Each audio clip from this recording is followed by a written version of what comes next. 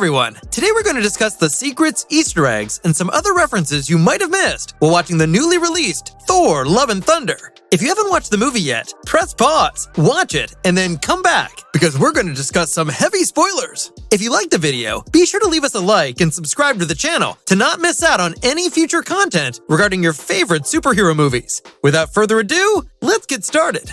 Thor Ragnarok primarily dropped the entire cast from the first two Thor films. Love and Thunder not only revives Natalie Portman's Jane Foster, but it provides cameo roles to both of her old supporting characters. Trainee Darcy Lewis is played by Kat Dennings, who attends to her during one of her chemotherapies. She was last spotted in WandaVision, where she annihilated the fraudulent sword chairperson Tyler Hayward and escaped even before the FBI could doubt her. Although there is no reference to her time in Westview or any identification of what she's up to until now, we might well not be amazed if she persists to show up as MCU scientist. Professor Eric Selvig also makes an appearance, played by Stellan Skarsgård, who works out a posh edition of a FaceTime chat to discuss Jane's state. Last but not least, Idris Elba's Heimdall shows up in every Thor film by making an appearance in Valhalla, the Asgardian variant of the Afterworld, in the movie's second end credit scene. In the comics, Gorr's Necrosword, the all-corrupting blade, which was used to slaughter gods, was also the supervillain's weapon of choice. The Necrosword has subtly different beginnings there. It was generated by the villainous symbiote God Null to assist in his god-killing campaign, instead of just being handed down through generations at the dawn of humanity. Gorr ultimately sets his sights on it. Thor Love and Thunder most likely will not use this variant of the Necrosword due to film rights concerns. If it is a symbiote weapon, it can only be used with Sony's authorization or in a Sony Marvel movie. In the movie, Dionysus slays the former holder of the Necrosword, but he is not labeled. Thor is spotted donning a tee with Yggdrasil on it throughout his first scene with the Guardians of the Galaxy. In Greek legend, this is the World Tree, which claims to support the 9 worlds, such as Asgard, Jotunheim, and Niflheim. This has nothing to do with the content of the movie, but it is a great tribute to Thor's comic series, as well as the famous Old Norse heritage. The musical score to Thor Love and Thunder is packed with Guns N' Roses music, 4 of which are portrayed in the movie. If you look really closely, you will recognize a t-shirt and signage trying to promote the pop group, as well as the reality that Heimdall's son has adopted the name Axl after Guns N' Roses singer Axl Rose. We presume it is correct to conclude that director Taika Waititi is a big fan. Thor, along with the Guardians of the Galaxy, assists in rescuing a planet at the beginning of Thor Love and Thunder, and the God of Thunder is compensated for his endeavors. Enthusiasts of the comic strip will acknowledge the shrieking goats as Tangrisnir, Toothgnasher, and Tangjoster, Toothgrinder, from Greek mythology, even though they are not named in the movie. Thor's sledge is yanked by these mysterious goats. They have the mildly glitzy task of moving a visitor sailing ship in Thor Love and Thunder. The goats have now found their way further into MCU, and they have a new routine of shrieking. For Avengers enthusiasts, New Asgard has been converted into a tourist attraction. The area is packed with Marvel citations, along with an ice cream shop named Infinity Cones. The symbol for the shop represents an infinity gauntlet carrying an ice cream cone, with 6 lit candles chosen to represent the 6 Infinity Stones. Zeus and the Olympians have occurred in Marvel Comics for years, populating a pocket depth known as Olympus. In the Omnipotence City series, there is plenty of gods to pinpoint among the audience, although Moon Knight's Khonshu here seems to be clearly missing. A sharp eye, however, can locate Bast, the goddess of the Panther tribe in Wakanda. A blue god with some nifty helmet that seems to be Aztec in styling sits beside her, which might also make reference to the forthcoming Black Panther Wakanda Forever, which will incorporate a clan of submerged Aztecs headed by Namor. Thor, Jane, Valkyrie, and Korg commute to Omnipotence City to ask Zeus for a military to halt the God Butcher. The lofty celestial creatures have made appearances in Guardians of the Galaxy and Eternals, so it is not the first time we have seen them do it live action.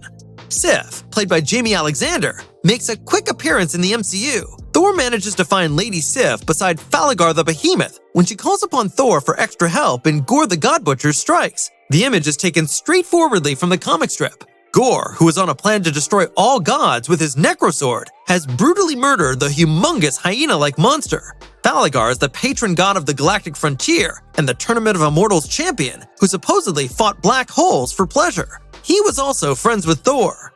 We discover in the narrative about Thor and Jane's romantic life that they ended things because they were both so focused on work. All through the medley, Jane is repeatedly called aside, while Thor must suddenly disappear and save the globe. It is hard to place this in the MCU timeframe, given that Jane and Thor's romantic life emerged to be tense at the period. And yet Fury went away prior to Thor and Jane's breakup in 2014's Captain America: The Winter Soldier. At one moment, he gets a call from Nick Fury, but intelligent audiences will recognize he has mischievously saved his contact as Nick Fury with 2 R's. Thor's roommate briefly seems to appear in New Asgard as an associate to King Valkyrie when she is working to keep the Asgardians relaxed after Gorr kidnaps all the youngsters. Daryl Jacobson has decided to return. He first popped up in the Captain America Civil War home release one-shot Team Thor, in which the God of Fury moves to Australia to reside with Daryl in the occurrences of Civil War. Daryl later appears in various one-shots, Team Thor Part 2 and Team Daryl, wherein he shifts in with the Grandmaster. Taika Waititi primarily directed them all, so it is wonderful to see him deliver Pearson back in time and make him authoritatively a part of the MCU storyline. Loki does not show up in Thor: Love and Thunder, as we already know. However, there is a significant allusion to Thor's brother in the film's Omnipotence City episode. When Thor agrees to visit Zeus, he is wearing a costume, which God's commander flicks off, disclosing that he is not wearing anything underneath it. There seems to be a concise homage to Loki on his bottom, who died at the start of Avengers: Infinity War. This portrays Loki's headgear and a shattered heart, as well as the sayings, "R.I.P. Loki." Of course, there is a substitute Loki in the MCU. This is the Loki who has used the Tesseract to disintegrate after the protagonist journeyed back through time in Avengers Endgame. Thor: Love and Thunder have a considerable storyline encompassing Asgardian Kid. Taika Waititi utilized the real-life children of some of his members of the cast. Tristan Hemsworth, Chris Hemsworth's son, appears to be playing youthful Thor, and his twin Sasha performs one of the Asgardians abducted by Gorr. Aleph and Amala Millipede, the kids of Natalie Portman, are amongst the kidnapped Asgardians as well. Takenga Ote Hinakau and Matewa Kiratapu, Taika Waititi's children, also show up in those sequences. Christian Bale's children, Emmeline and Joseph, also star in the movie.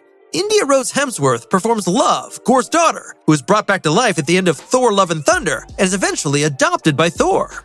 Thor and Gorr the God Butcher fight to the end at the Gate to Eternity. However, if you look really closely at the surroundings of this incident, you will realize numerous monuments covering the walls. Uatu the Watcher, who popped up in the Disney Plus What If sequence, seems to be one of them.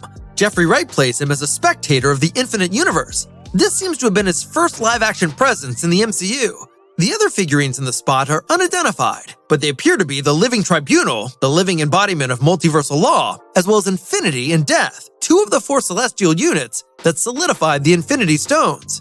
Werewolves are pushing their way into the Marvel Cinematic Universe, and Thor: Love and Thunder prominently featured the first of them, a kid who demonstrates he is a Lycan. Werewolves are popularly referred to as lycanthropes. There is also a Mid-Asian, which is supposedly an allusion to a racial group with the ability to transform objects into gold. Remarkably, there has not been a racial group known as Mid-Asians in Marvel Comics, but they really do appear in Doctor Who. Thor and Gorr's final showdown actually took place at the very center of the galaxy, in a small shrine dedicated to eternity. The sanctuary is home to monuments trying to honor some of Marvel's most potent celestial creatures, such as the Watcher and the Living Tribunal. The Living Tribunal, a nearly omnipotent object, was pranked in the first Doctor Strange movie, and then another statue in this homage has been seen in Loki. Doctor Strange in the Multiverse of Madness showcased the Living Tribunal in a short scene wherein Stephen Strange and America Chavez whacked well beyond him as they bounced away all around the Infinite Universe. That's it for today. Have you noticed some of these secrets already? Did we leave out another secret or Easter egg? Let us know in the comments down below. Be sure to leave us a like if you enjoyed the video and subscribe for more content on the biggest upcoming blockbusters. Until next time,